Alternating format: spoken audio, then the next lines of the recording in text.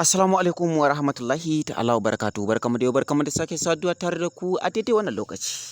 A yanzu nan muka samu wani kyakkyawar rahoto dangane da wannan babban mawaƙi da kuke gani kamar haka, wato Nura inuwa, da kuma wannan babbar jaruma da kuke gani kamar haka, wato Maryam Yahaya.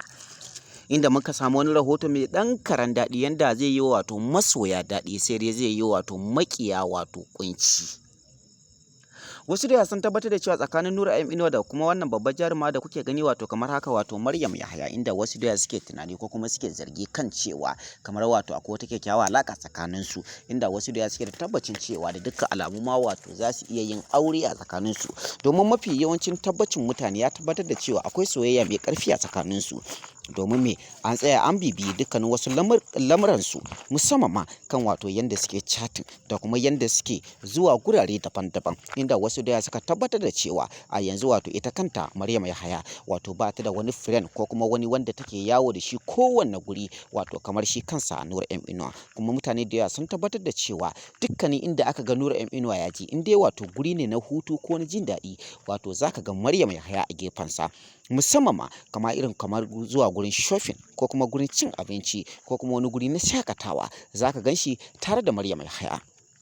Sannan mafi yawanci mutane da yawa sun tabbatar da cewa idan ka ga Maryam Yahaya tana waya, to fa tabbas da Nura inuwa take yi. Sannan kuma mutane da yawa sun tabbatar da cewa idan ka ga Nura inuwa yana waya, to fa tabbas da Maryam Yahaya yake waya. Wasu da yawa suna da tabbaci akan hakan, wasu kuma da yawa ba su da tabbaci. Sai dai wato mafi yawancin zargi ko kuma mafi yawancin tabbatarwa, an tabbatar da cewa tabbas akwai kyakkyawa alaƙa tsakanin Nura inuwa da kuma wato Maryam Yahaya. Sai dai akwai ƙalubale mai ƙarfi a gabansu. Menene ƙalubalen? Wane ne ƙalubalen? Shine wato Ali Nuhu. Sai dai Ali Nuhu ya ƙi amincewa akan haka, inda ya nuna cewa tabbas fa akwai gwagwarmaya dai mai ƙarfi a kanta, inda a yanzu za mu faɗi dalilin da ya sa Ali Nuhu ya ƙi amincewa soyayyarsu, kuma inda ya ƙara da cewa in dai yana raye, wato wannan aure ba za a yi shi ba. Sai dai kafin nan, ina mutanen da suke yawan ɗaukar number mu su kira mu dangane da cewa suna so a buɗe musu sabon YouTube channel, kamar yanda mu ma muka buɗe, kuma kamar yanda mutane suke ɗora shirye-shiryensu, su ma suke so su dinga ɗora shirye-shiryensu. Ku sani cewa a yanzu lokaci ya riga yayi ga mai buƙatar wanda za mu buɗe mai sabon YouTube channel, zai iya ɗaukar number mu ko kuma ya kira mu kai tsaye ko kuma ya bibiye mu ta WhatsApp. Sannan kuma bugu da ƙari na 'yan kasuwa wanda suke so za mu tallata musu hajojinsu a faɗin duniya.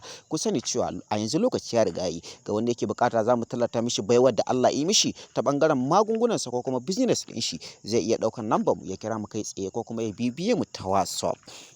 A gurguje bari mu dawo ainihin abin da ya aje mu, wato ɓangaren soyayya Nura inuwa da kuma wato Maryam Yahaya, da kuma takaddama da take gabansu wato tsakaninsu da Ali Nuhu. Sai dai mu ce ku ci gaba da bibiyar mu, ku yi subscribing kana ku danna ƙararrawa domin jin ku.